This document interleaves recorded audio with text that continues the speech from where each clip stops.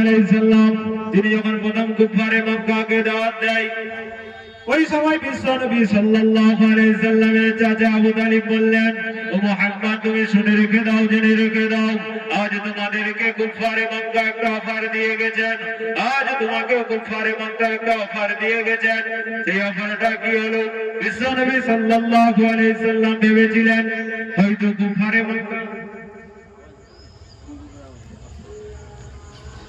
কুফারে মক্কা ঈমান এনেছেন, কিন্তু না,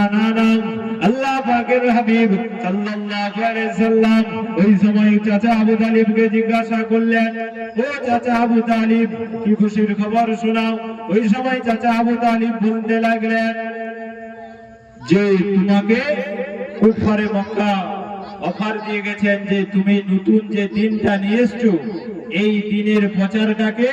বন্ধ করে দাও, তার পরিবর্তে তোমাকে দুনিয়ার সমস্ত ধন সম্পদ এমনকি সমস্ত রূপবতী গুণবতী মহিলাদেরকেও দেব।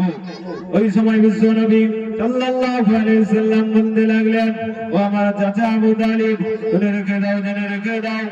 আজ কেন কাল কিয়ামত পর্যন্ত আল্লাহ পাক আল্লাহ রাব্বুল ইজ্জত আমাকে যতদিন হায়াতের জিন্দেগিতে রেখেছেন আমি এই দিনের দাওয়াত দেওয়াকে, এই দিনের কাজ থেকে বন্ধ থাকবো না। বিশ্বনবী সাল্লাল্লাহু আলাইহি সাল্লামের ওই কথা শুনে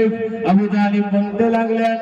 ও ভাইপো মুহাম্মদ তুমি যদি না দিনের কথা বন্ধ করো, তুমি যদি না দিনের দাওয়াত বন্ধ করো, তাহলে আমি তোমার সঙ্গে আর সাবন দেব না। ওই সময় বিশ্বনবী সাল্লাল্লাহু আলাইহি সাল্লাম চাচা আবু তালিবকে কেঁদে কেঁদে বললেন, আমি আমার মাতৃগর্ভে ছিলাম, সেই সময় আব্বাজানকে হারিয়েছি এবং আমার জন্মের 6 বছর বয়সে আম্মাজানকে হারিয়েছি, তারপরে 8 বছর বয়সে